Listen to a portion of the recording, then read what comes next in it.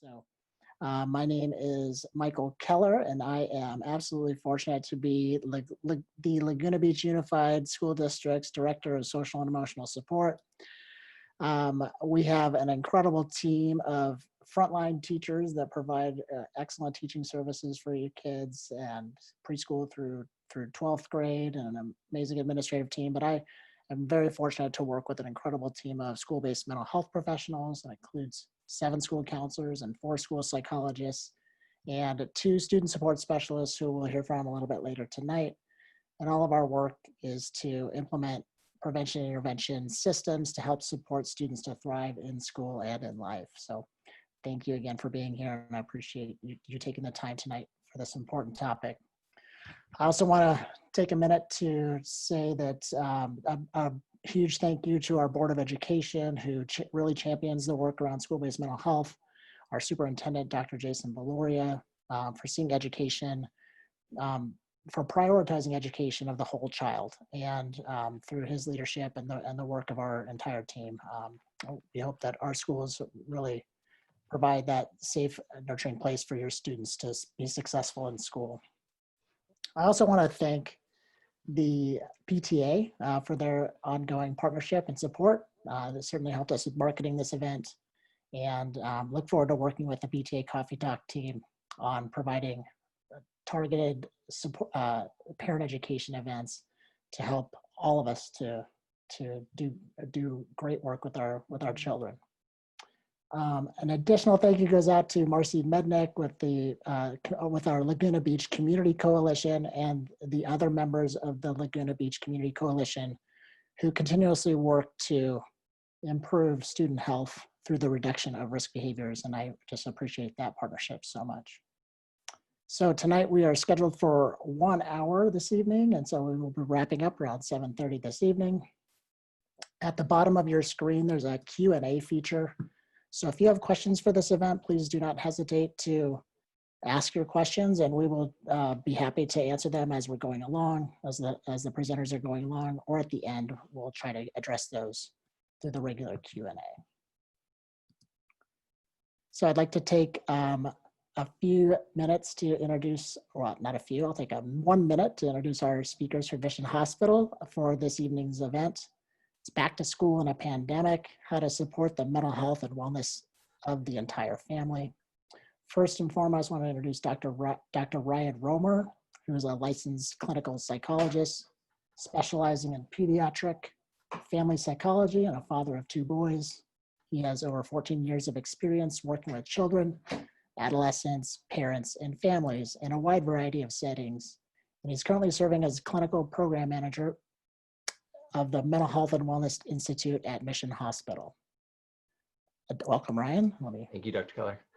And I'd also like to introduce Dr. Teresa Cow, who's a clinical psychologist who specializes in working with adolescent and young populations and their families.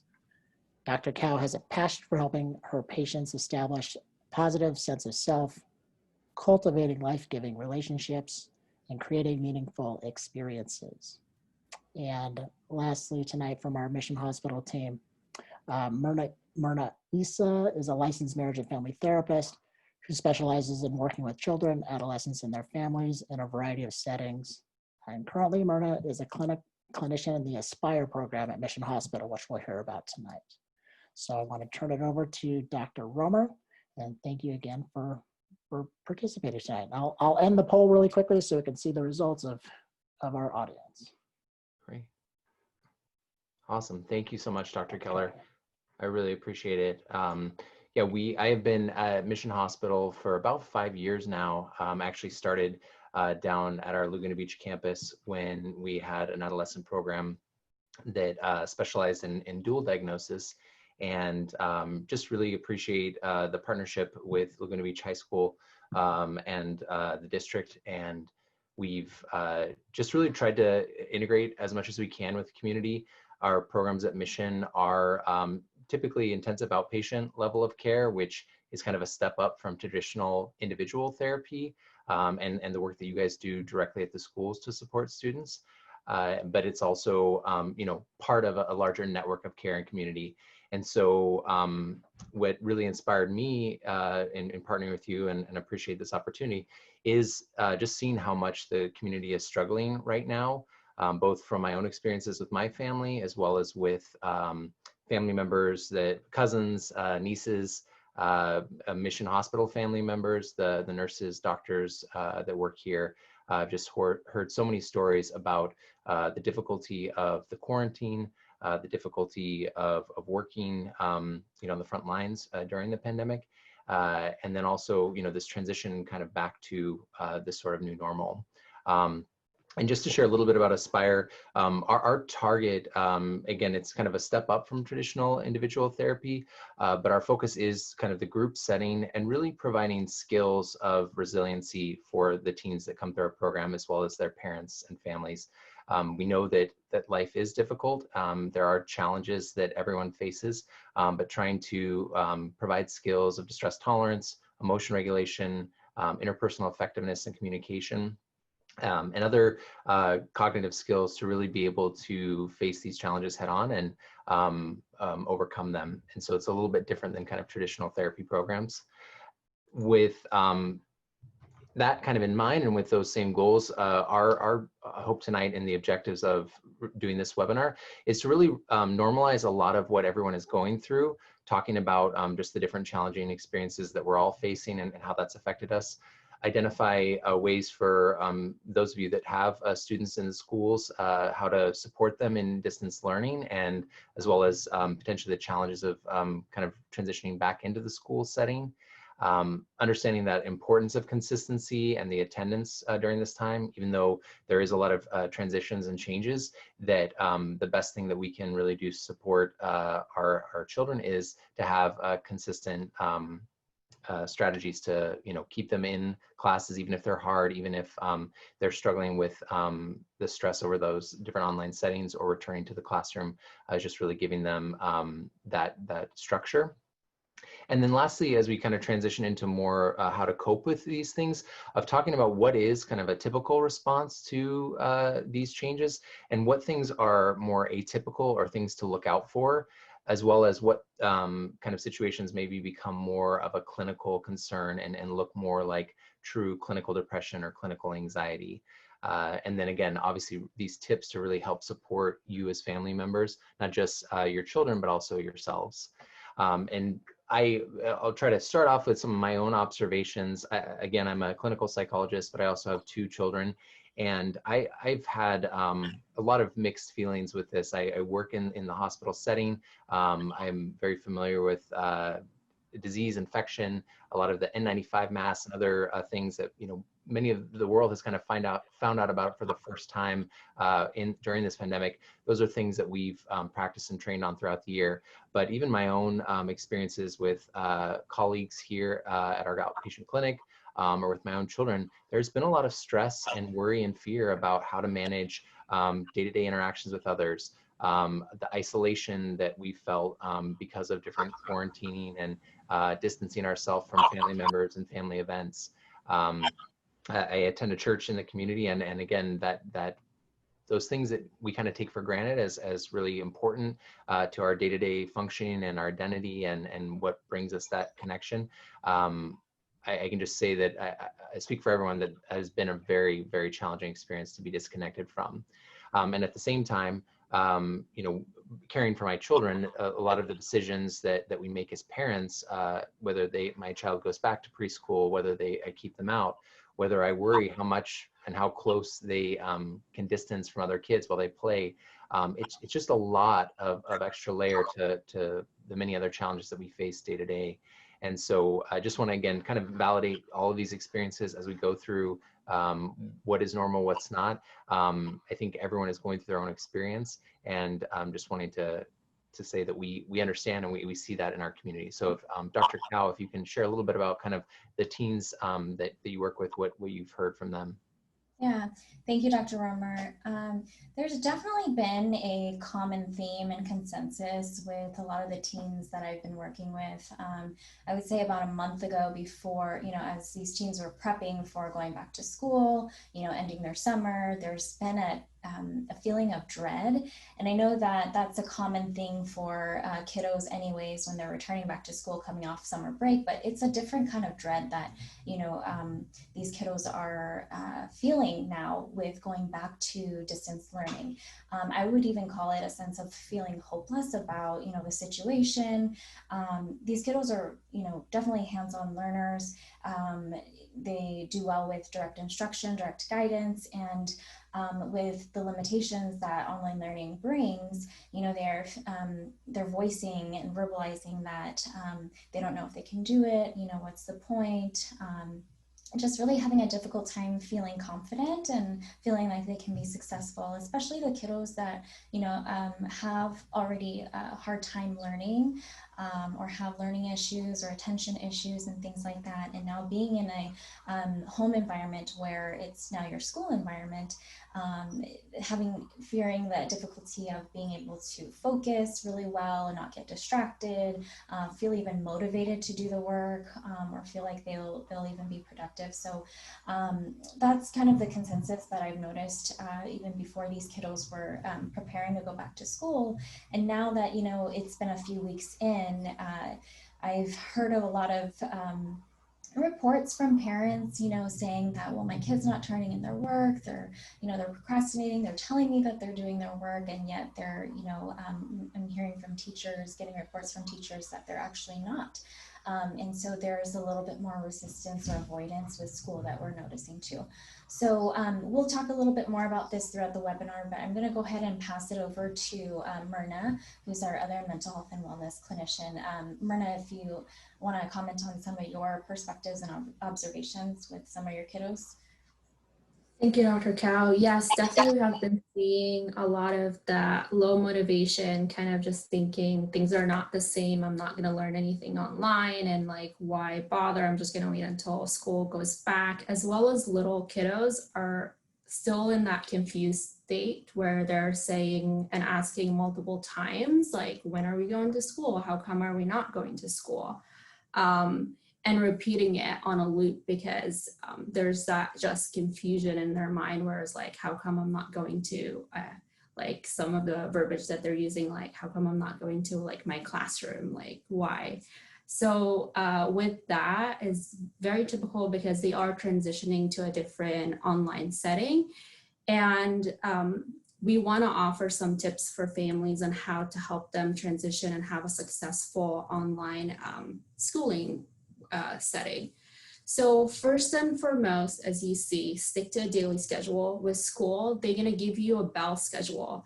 You'll know when your kids need to be in class and when they need when they have snack times. So sitting down with an elementary school student is very different than a high schooler, because in elementary, they don't really grasp the idea or what is happening with their bell schedule. So having explaining to them what it's going to be, how long, when are you going to meet your teacher, when are you going to be muted. So just having that daily schedule really set up for them in a way they understand it, and even doing something cool with it, like a craft day and coloring their bell schedule.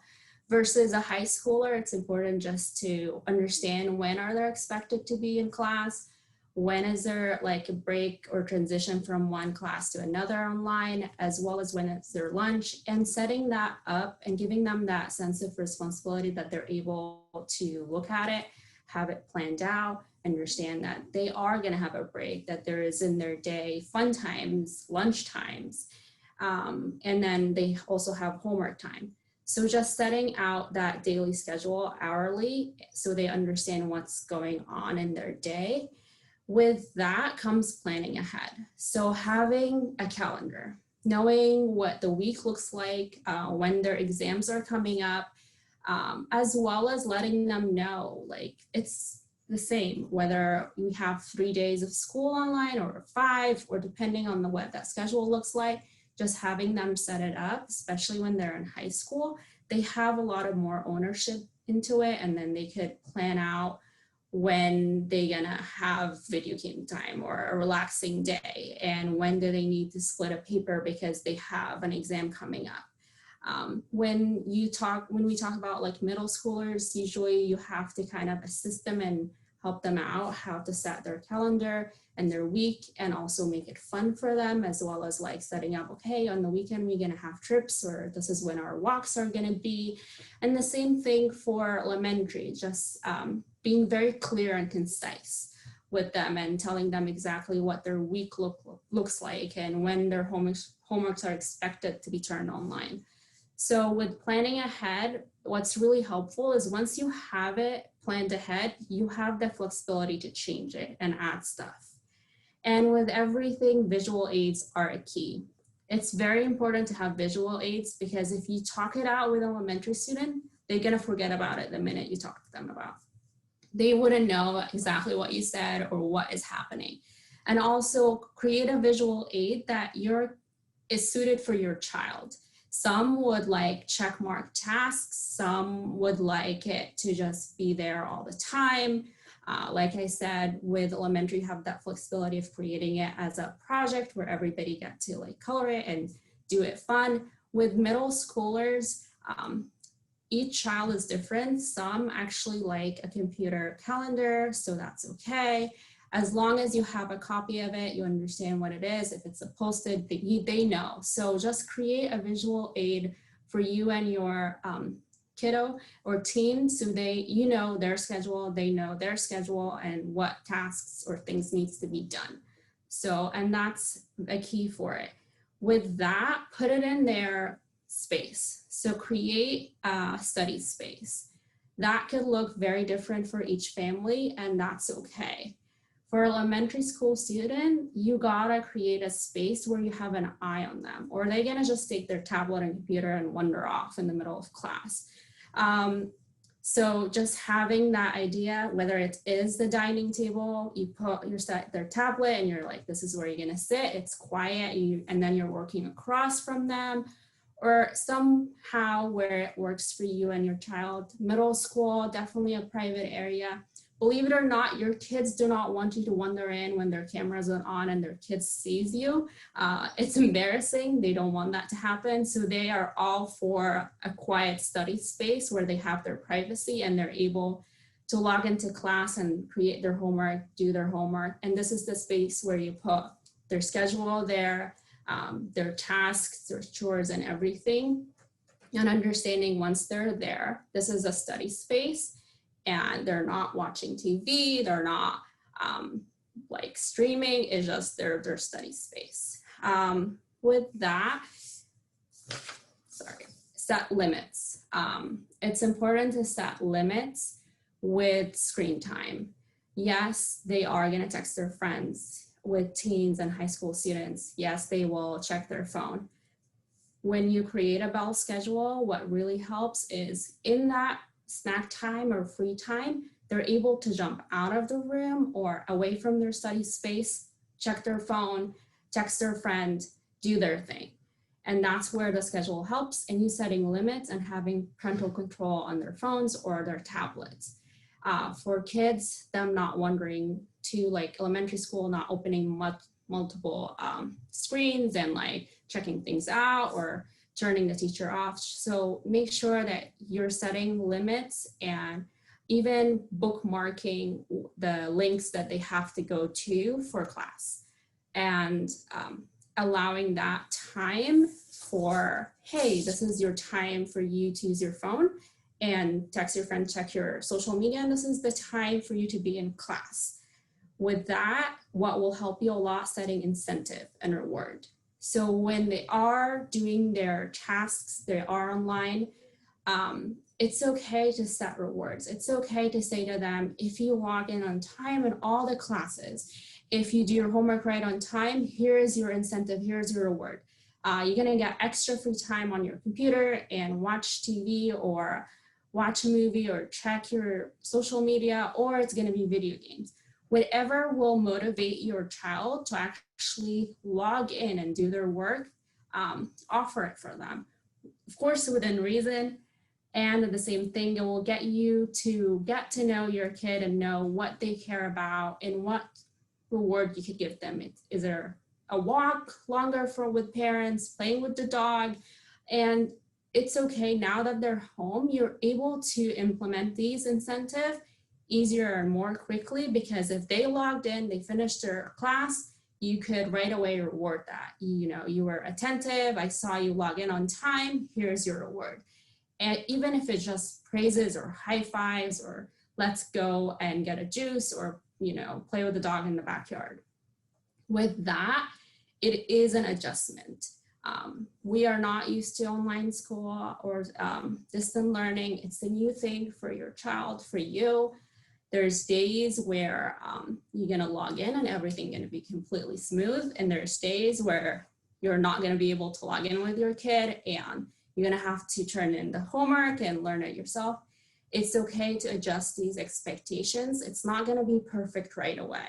It's gonna take some time for you and your kid to understand how things are. When can I turn homework?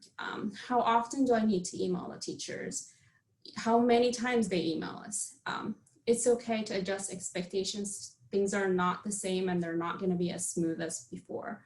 With that, it's okay to ask for help.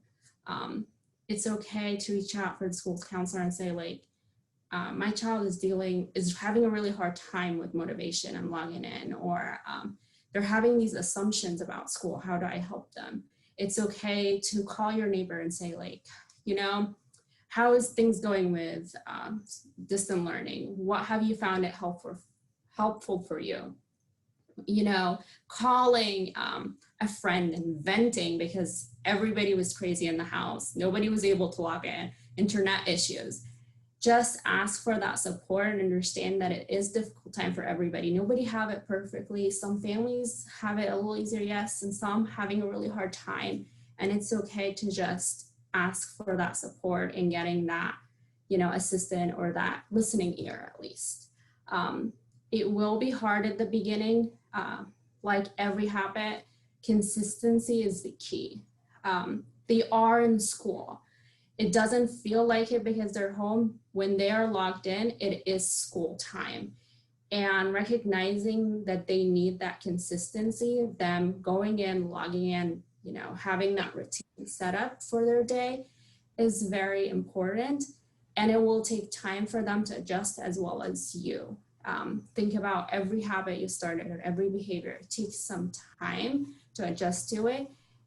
But it's important for them to go and log in and to have their attendance consistently because they are learning and you don't want them to miss an important lesson or an important fact for their homework.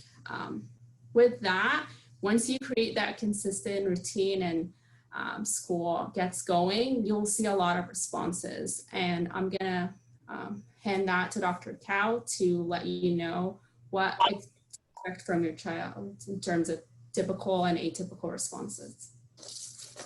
Thank you so much, Myrna, for sharing those really helpful tips and just emphasizing the concept of consistency. Those are really things that we want to emphasize to you guys to help your kiddos out.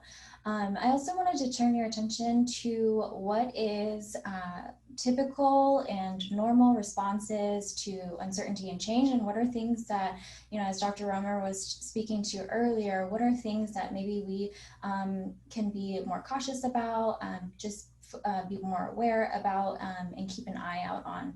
So these are just a few items that I want to highlight, and this list definitely is not exhaustive, but worrying, I think, is definitely within our human nature. You know, we all have it, and, you know, it's a lot of times a protective mechanism for ourselves, right? So worrying about our own safety, the safety of our loved ones, worrying about what's going to happen in the future, those are all completely normal responses. When you start to notice maybe in your kiddos more so red flags, it might look like more obsessive questioning. You know, am I going to be okay? Are you going to get sick? Am I ever going to go back to school? And more of that, like broken record and constant need for reassurance that it's definitely a little bit more out of the normal, and stress for your kiddos are a little bit more heightened. In little kids, younger kids, stress and anxiety can look a little bit different. So some might have regressive behaviors such as bedwetting or baby talk, or things that are definitely they've grown out of already. Or you might see a lot of physical psychosomatic symptoms such as stomach aches, headaches, things like that. A lot of potential acting out as well, where you might see more tantrum-like behaviors. They might be a lot more combative, saying no to you a lot more frequently, yelling, screaming, even hitting and kicking, things like that, where again, if it's more out of the ordinary and these patterns are starting to develop, that's when it seems a little bit more concerning. And then another one is separation anxiety and just more clinginess to you. Again, that fear or worry about something might happening to themselves or to you. You know, if you leave the house and your kiddo is really like attached to the hip, literally to you, and asking you like, where are you going? And those constant questions. So that's one thing. Another concept is just feeling uncertain and confused about their role as a student, what their expectations are. And I think just as everyone is adjusting and adapting to this whole new way of learning and new format, you know, I think it's completely normal to see that sense of confusion and see that level of uncertainty. But when you start to notice maybe your kiddo is complaining a little bit more about their classes, really emphasizing that they don't want to do the work, or they don't want to even open up their Chromebooks, or they're not waking up on time to go to school, or they're just procrastinating on their schoolwork, like I mentioned earlier, where they might be telling you that they're turning in their schoolwork just to avoid confrontation or avoid you checking in on them, but you're getting notifications from teachers saying like, no, they haven't done any of their assignments. Then that's when hopefully you can seek out a little bit more support, talking to the teachers, talking to school counselors, academic counselors, and things like that. You might see a slight drop in grades just as a result of, again, that whole adjusting to this new way of learning. But when you might see a true deterioration in many of the classes, even classes that they've enjoyed, where, they might be losing that sense of motivation in doing the work, that's definitely something that we want to pay more attention to. And if it becomes a pattern, definitely seeking out help. A couple more things: being sad about not being able to see their friends, and just being bored that, they don't have their extracurricular outlets anymore. They used to play sports, they were in clubs, things like that, and they don't have access to those things anymore because of social distancing. I think those make sense, right? I think even as adults, we can really relate to this, where if we're really socially connected, or we like to engage in, let's say hiking or just hanging out with our peers and things like that, and we don't have that, that's kind of like that grief, a little bit of a loss there. So that completely makes sense. On the other hand, if you're noticing your kiddos are maybe pushing away all of their, relationships with you, with their friends, and even if there are opportunities for them to safely spend time with their friends and they're kind of refusing to go, resisting even engaging in things that they used to enjoy doing. And again, if those patterns become a little bit more pervasive, then definitely looking out for that a little bit more. And last but not least, just if you start noticing some changes to their sleeping and eating habits, I think, coming off of summer, that's something totally normal to see. If, your kids sleeping into the afternoon, or they're eating junk food and things like that, of course, that's summer, right? But when you start to notice their daily functioning, like their activities of daily living, which is like sleeping, hygiene, eating, those are all really poor and disruptive. Like say they're not changing out of their clothes for 4 days, in a row, or they're showering now twice a week instead of, 5-6 times a week. Or, you know, their sleeping is now completely disruptive. It's not consistent anymore. And even if they're eating, maybe they're used to eating 3 meals a day and now they're going down to like 1 or 2 meals a day. Again, I think I just want to summarize this this page here with all of these atypical responses. We just really want to emphasize to pay attention to a little bit more. And if you're noticing these things in your kiddos, to definitely reach out for help before any of these things become a little bit worse. And so we want to definitely intervene ahead of time. Okay. So I'm gonna go ahead and move on to different tips on managing stress for the whole family. These are, you know, I'm sure you can Google different ways to effectively manage stress, but these are really ones that we've cultivated for you all to really emphasize the importance of taking care of your mental health on a regular basis, not just when you need it. So first and foremost, checking in with yourself regularly. So there's 3 questions that I really want to help you focus on a regular basis. So one is, on a scale of 1 to 10, what is my current level of stress or distress, right?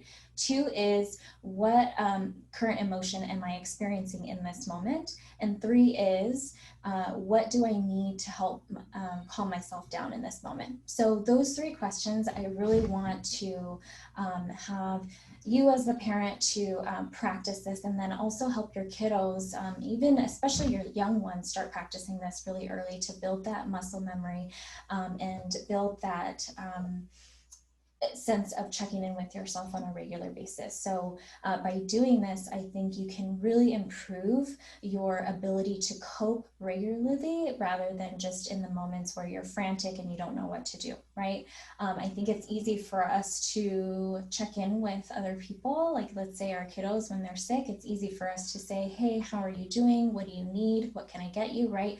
But it's hard for us to internalize those same questions. So I would encourage you guys to set an alarm on your phone 3 times a day, morning, afternoon, nighttime, and just, you know, be able to plug these questions in and ask yourself these things on a regular basis.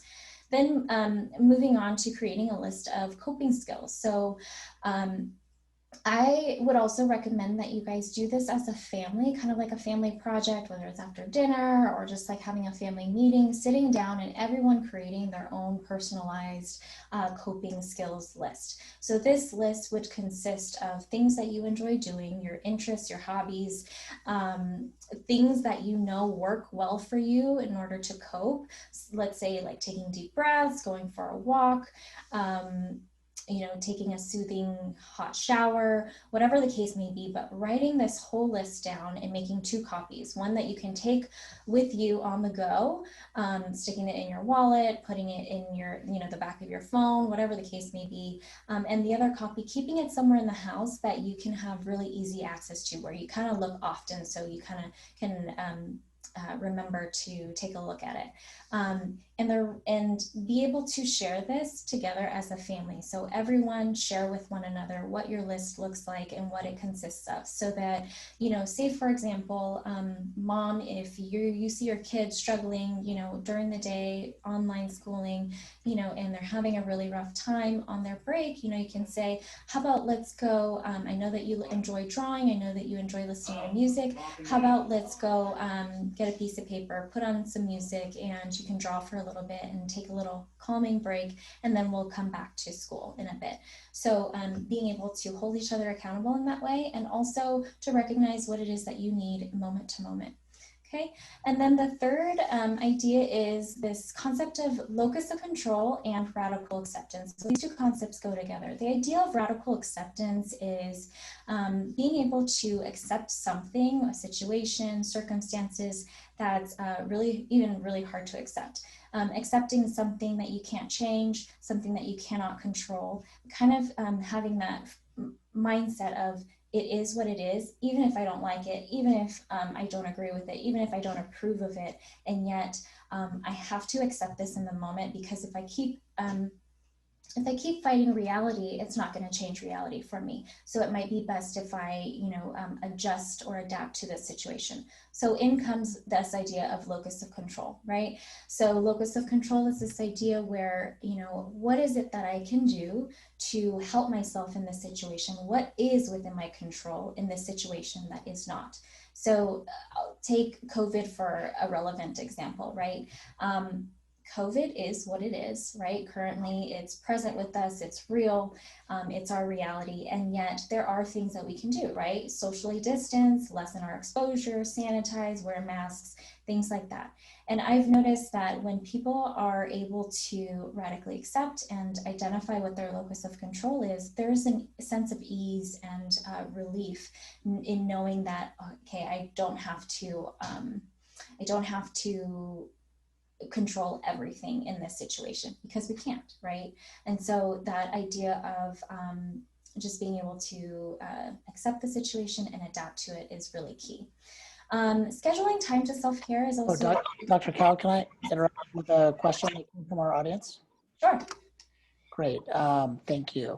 So we have a really good question from a parent who is asking about how do you go about facilitating the peer interactions for students under these conditions, and I'll preface this with saying that the parent was saying that the one-on-one sessions with the teachers are positive, the classroom experiences are generally positive, but through the distance suggestions and requirements, the students are just missing out on a lot of that peer time.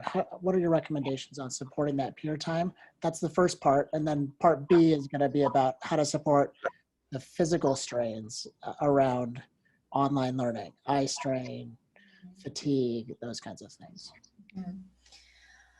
So I can start, and I don't know if anybody else would like to jump in, but definitely that's a very common concern that I hear from parents about how to keep your kiddos connected socially when we do have our limitations. So I'll just say, for example, if they do have some sort of technology, if your kids are a little bit older and they do have some form of technology, to be able to not just text each other or call each other, but being able to use that FaceTime option, or being able to connect in that manner. And then also, I know there are certain parents that are a lot more cautious than others. And so if there are ways to still be present with each other physically, that both sets of parents are comfortable with, where you're still taking all precautions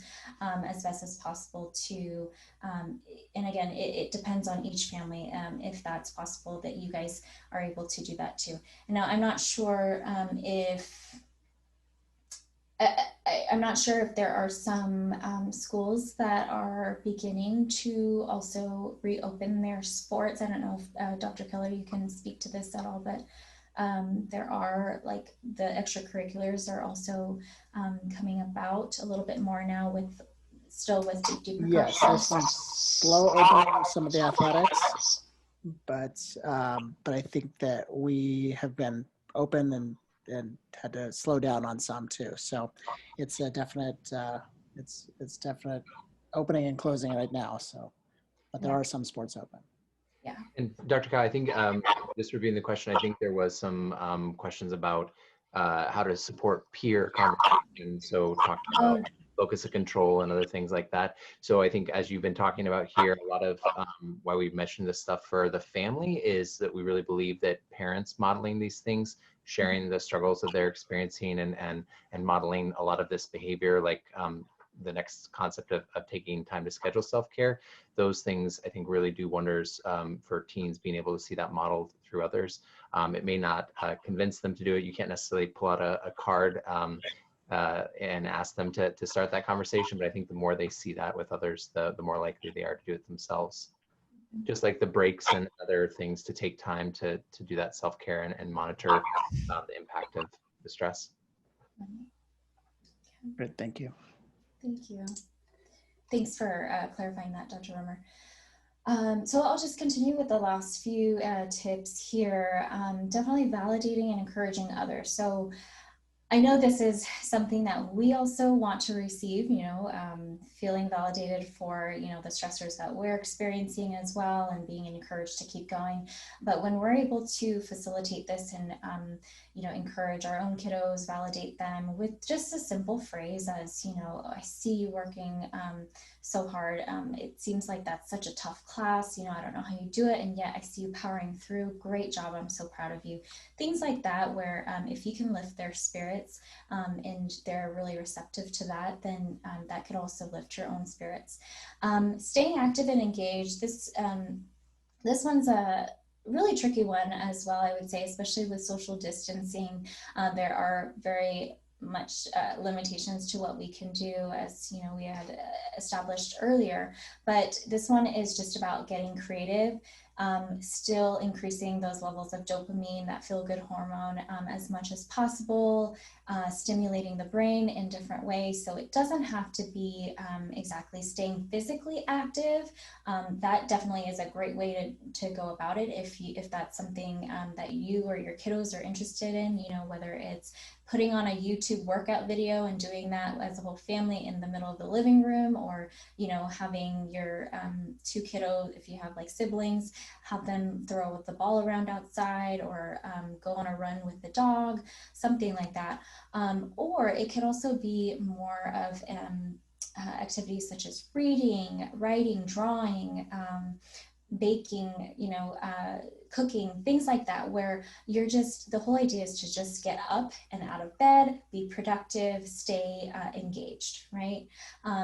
And so the next one is also to identify 3 good things. And I think especially during our current circumstances with 2020, it's just like never ending with all the different stressors and environmental factors that are going on. And so it's very hard to focus on the good or focus on what's going right.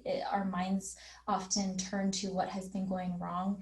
And so I would encourage you, parents, and then encourage your kiddos to practice this skill too, is at nighttime, take 2 to 3 minutes to reflect on your day and identify what are 3 things that went well during your day. So for parents, it might be, my kiddo got to, started school on time, or they woke up on time, or they told me that they learned something new today in class and they enjoyed it, right? Even those really, really small things we tend to overlook. And I think that those can also be the most powerful things that happen during our day to help ease us up a little bit, help us feel a little bit less stressed out in our day-to-day happenings. And then the last thing is just overall to be kind to yourself. I know we all know that we're our own worst critic.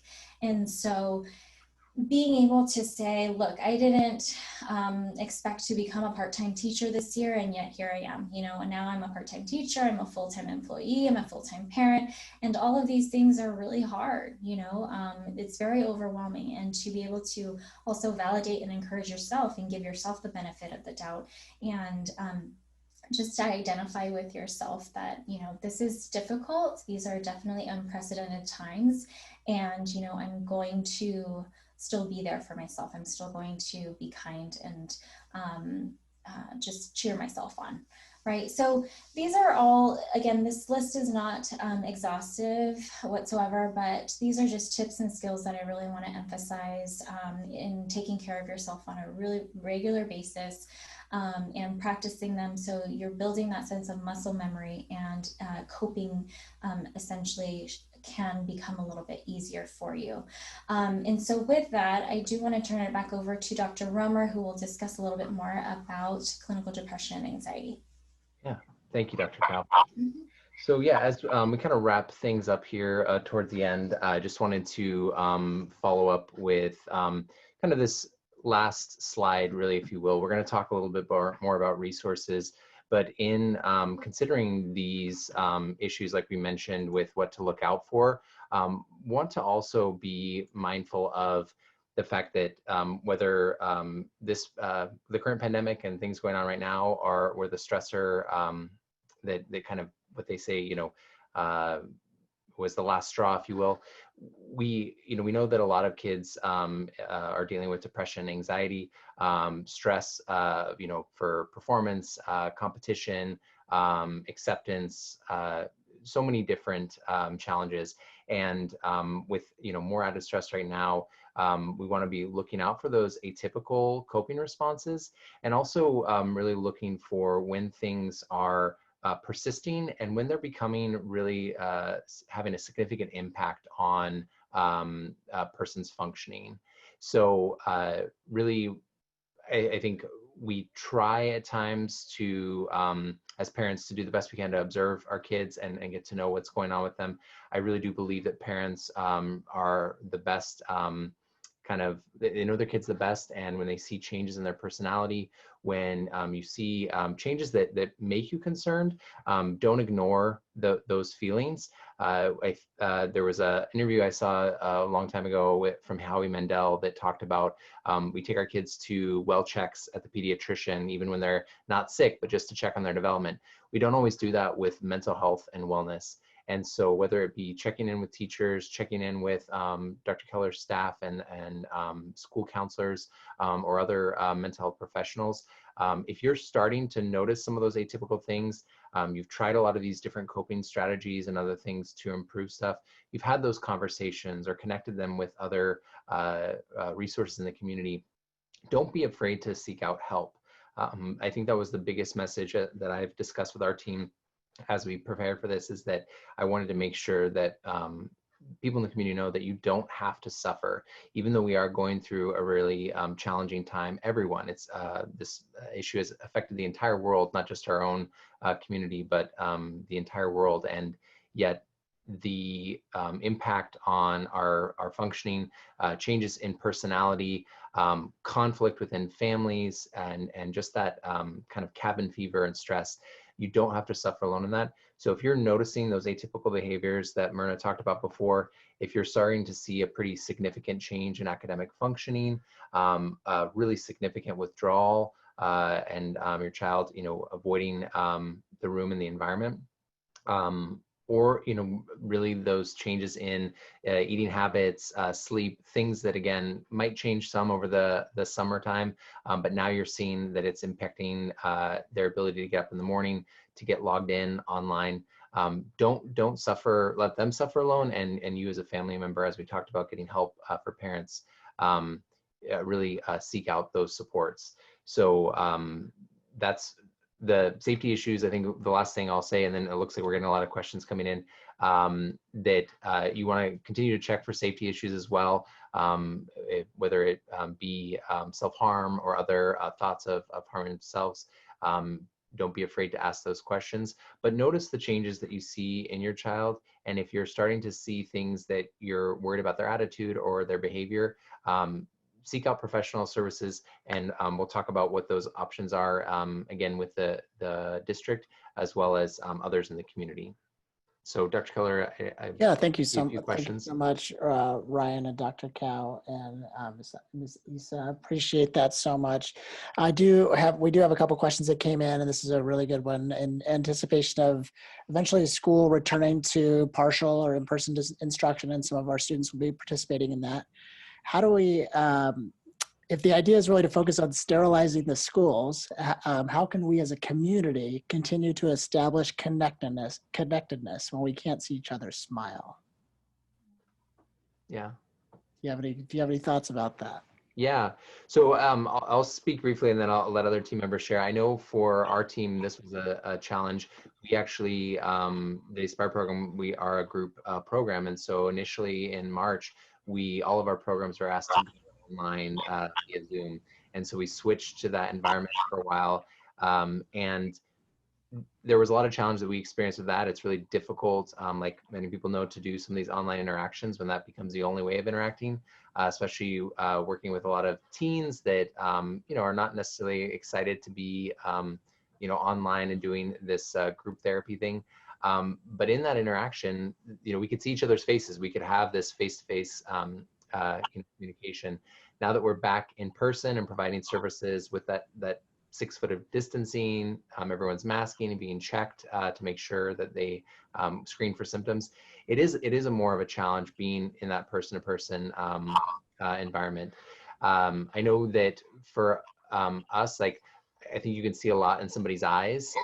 And so I know for me, I'm kind of constantly watching people's eyes more and trying to imagine what faces look like. But I know that it just takes a lot more intention, I think, to be able to communicate and use verbal affirmation, verbal communication to express yourself.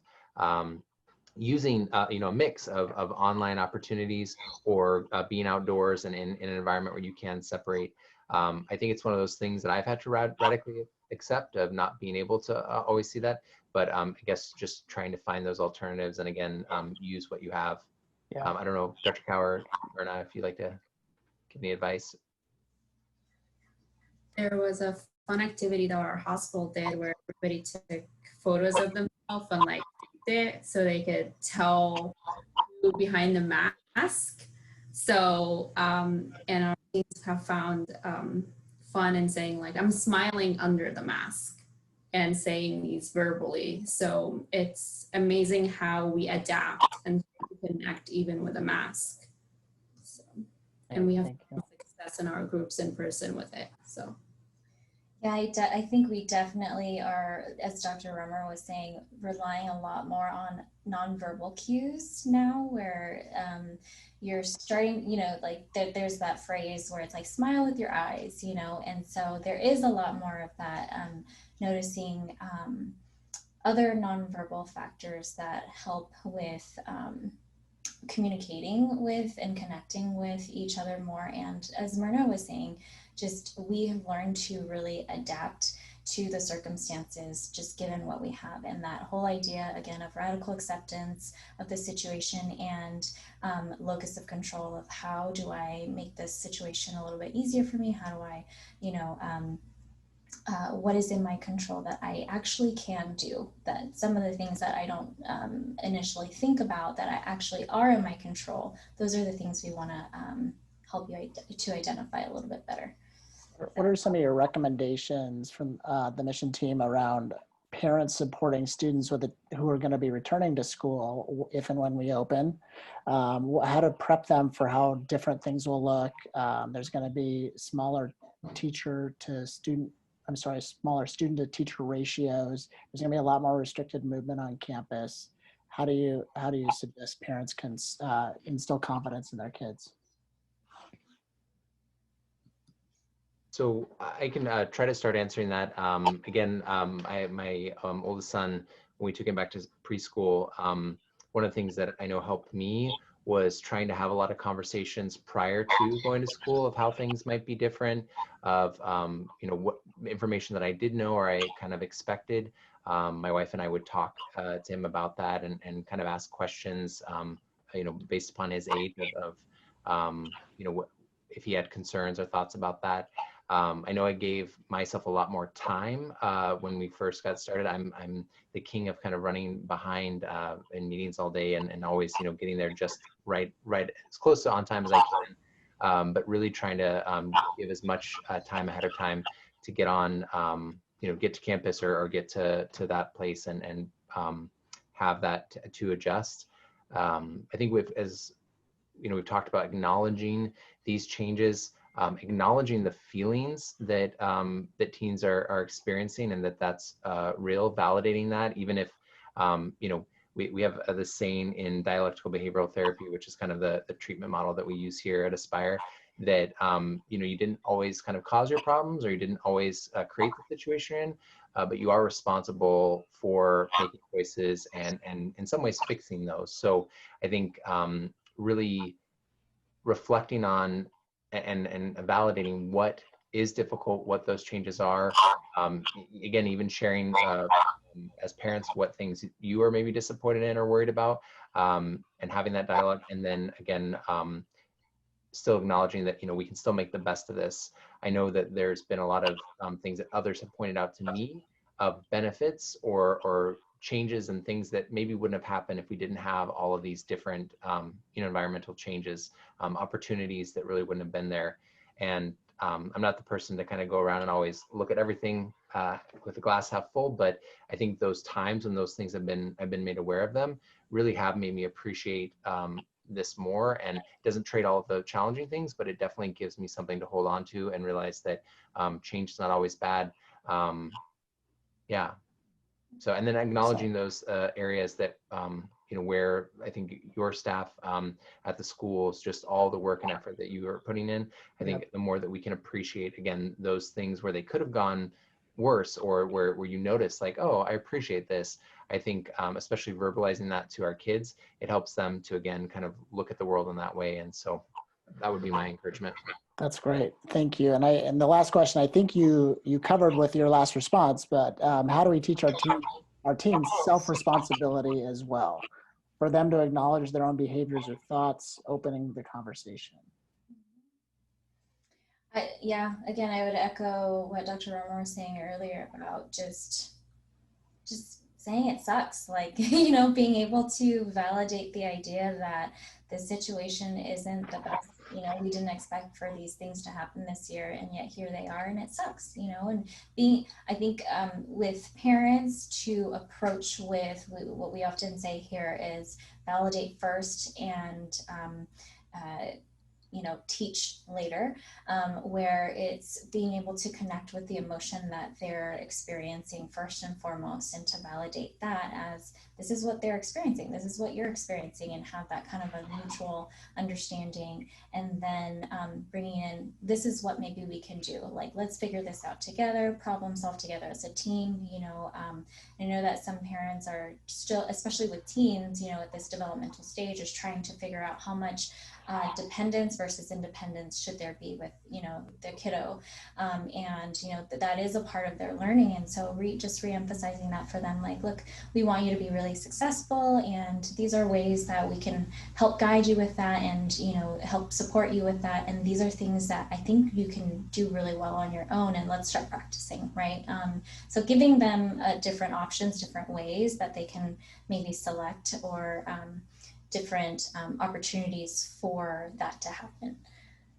Great, thank you. It's excellent. Well, I want to just sincerely express our thanks to the Mission Hospital team for their wonderful presentation tonight. And there have been great community partners with us, and certainly have provided excellent services and the full continuum of services that we provide our students.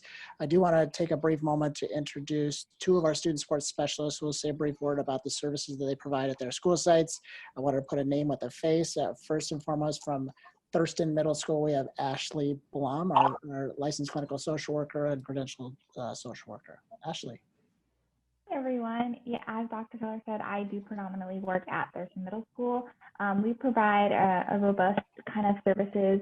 This year I've been focusing a lot on prevention work, so hopefully all your students see our Canvas page, where I will be uploading and adding content related to social emotional wellness. It is just kind of a free resource for students, but we also provide you know, short-term counseling services, check-ins, as well as usually when we're on campus, but who knows, maybe in the virtual world, group service for students.